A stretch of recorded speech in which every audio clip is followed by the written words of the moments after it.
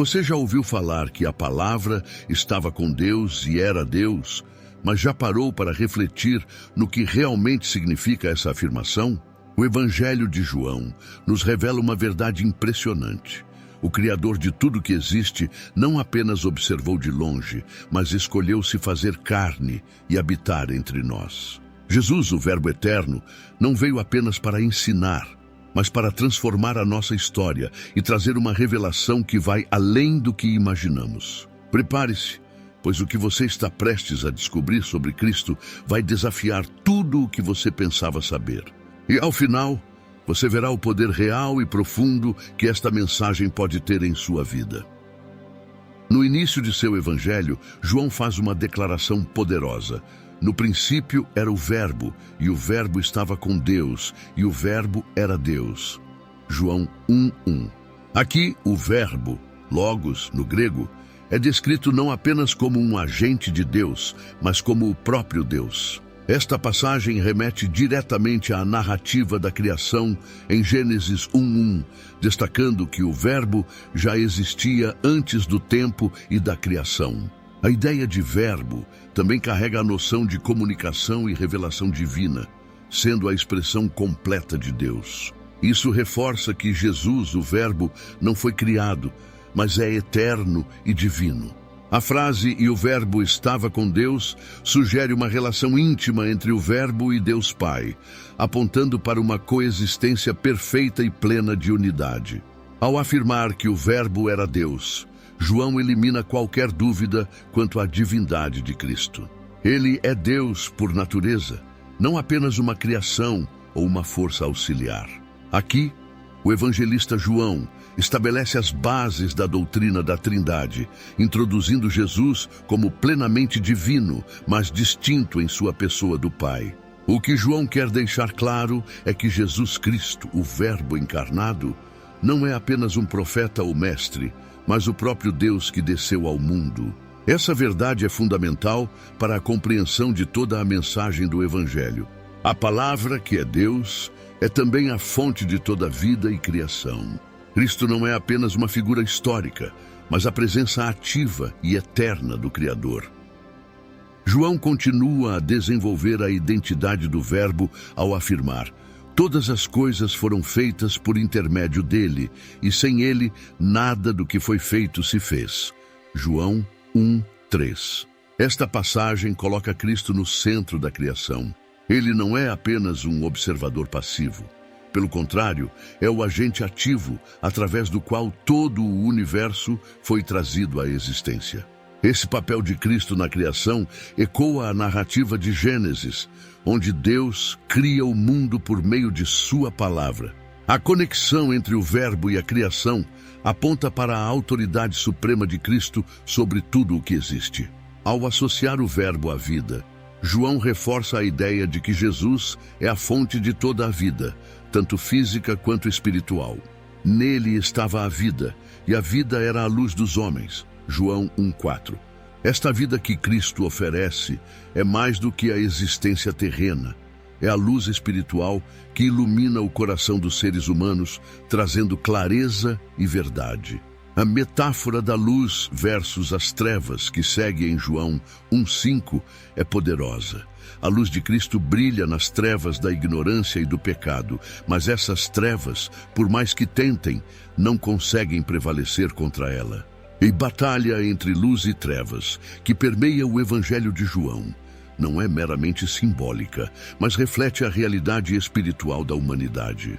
Cristo, como a luz, vem para iluminar os corações e mentes obscurecidos pelo pecado, oferecendo uma vida nova. No entanto, a resistência das trevas mostra a luta contínua entre o bem e o mal, entre a aceitação da verdade de Cristo e a rejeição de sua mensagem.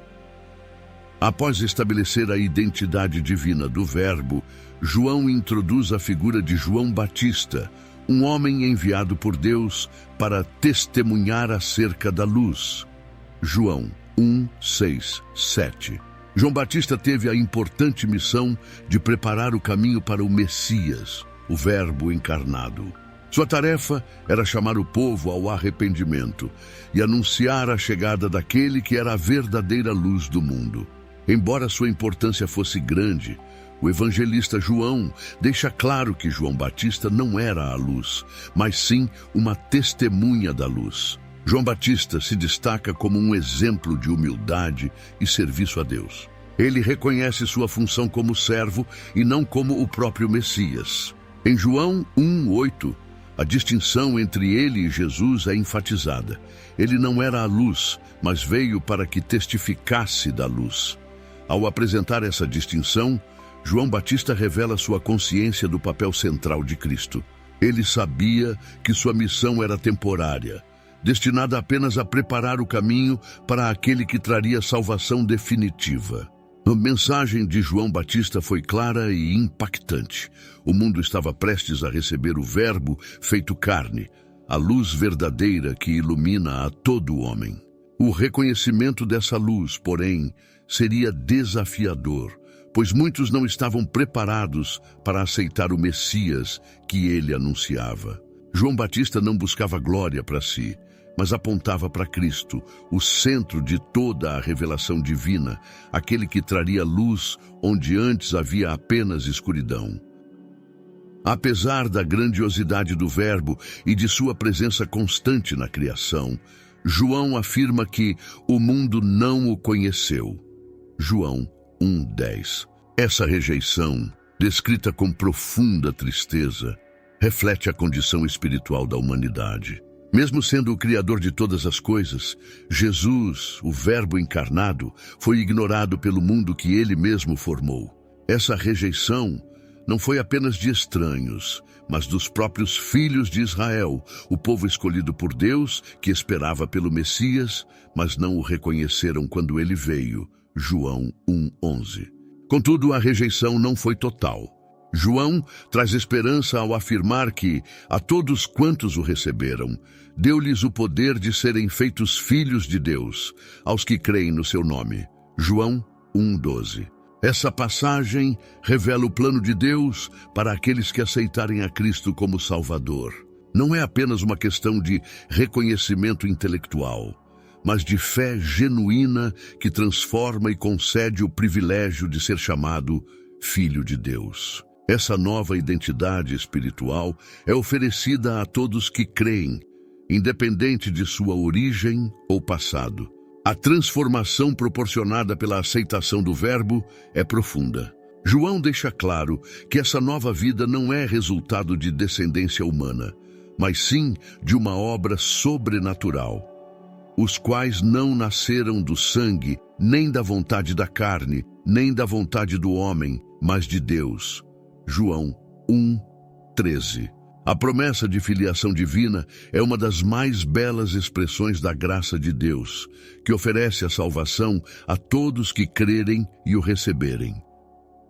Em um dos momentos mais impactantes do Evangelho de João, ele declara: "E o Verbo se fez carne e habitou entre nós, cheio de graça e de verdade." João 1:14.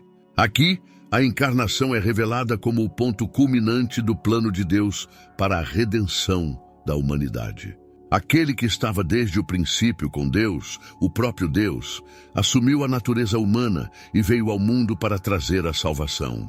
Esse ato divino de humildade, o Verbo se tornando carne, mostra a proximidade e o envolvimento de Deus com a sua criação. Cristo habitou entre os homens, compartilhando de suas dores e sofrimentos, para ser o mediador entre Deus e a humanidade. A palavra habitou, usada por João, tem um significado profundo, que remete ao Antigo Testamento, onde Deus tabernaculava entre o seu povo no deserto. Agora, em Cristo, Deus não está mais separado em um templo físico, mas habita de forma pessoal e íntima no meio de seu povo, como Emanuel, Deus conosco. Isaías 7:14. Essa morada divina, no entanto, não era apenas uma presença física, mas cheia de graça e verdade, revelando a glória de Deus como nunca antes vista. Essa revelação da glória divina na pessoa de Cristo é central para o Evangelho. João testemunha que ele e outros discípulos viram essa glória com seus próprios olhos, glória como do unigênito do Pai. A encarnação revela o caráter de Deus de maneira plena. Em Cristo, graça e verdade são unidas. Ele não veio para condenar, mas para oferecer graça. E não veio para enganar, mas para trazer a verdade. Através de Jesus, os homens puderam ver a Deus em carne e osso, e essa revelação transformou a história para sempre. João faz um contraste significativo entre a lei dada por Moisés e a nova realidade trazida por Jesus Cristo. Porque a lei foi dada por Moisés. A graça e a verdade vieram por Jesus Cristo. João 1:17. Moisés, o grande líder e profeta do Antigo Testamento, foi usado por Deus para entregar a lei ao povo de Israel. A lei revelou a santidade de Deus e a necessidade de um padrão moral elevado, mas também evidenciou a incapacidade humana de cumprir plenamente esse padrão. A função da lei era, em última instância, apontar para a necessidade de um Salvador, alguém que pudesse trazer a verdadeira redenção. É nesse contexto que Jesus Cristo entra.